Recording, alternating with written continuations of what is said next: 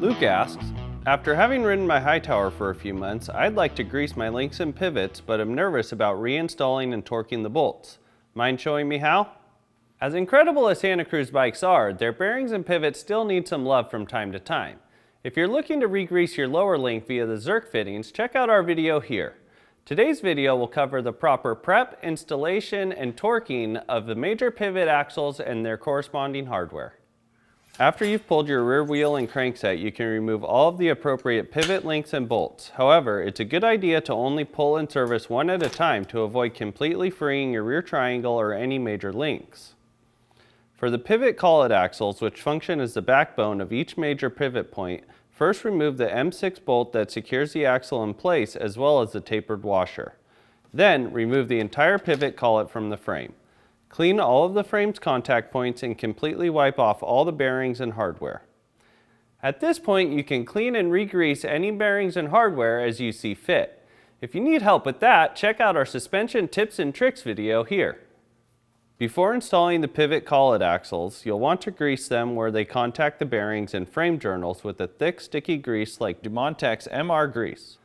Make sure that the pivot threads are completely clean and grease-free. Apply your Loctite Blue 242 to the nut or threads that your pivot bolt will interface with and not to the bolt itself in order to keep everything contaminant-free. Thread in the axle and torque it down. All of Santa Cruz's models utilize the same 35 inch-pound torque spec for the pivot axles, regardless of your model or year. Loctite the M6 bolt's threads, place the washer in line, and lightly grease the tapered washer.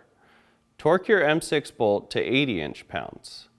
All models and years of Santa Cruz bikes utilize this torque spec except the new Tallboy 3, which recommends 50 inch-pounds for the M6 bolt. Repeat this process for all three pivot axles. One last torque spec to be aware of is where your shock's linkage pivots from the frame.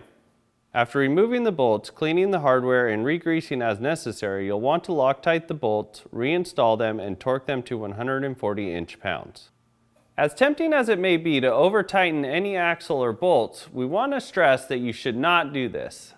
Doing so will dramatically affect the performance of your bike's suspension and linkages.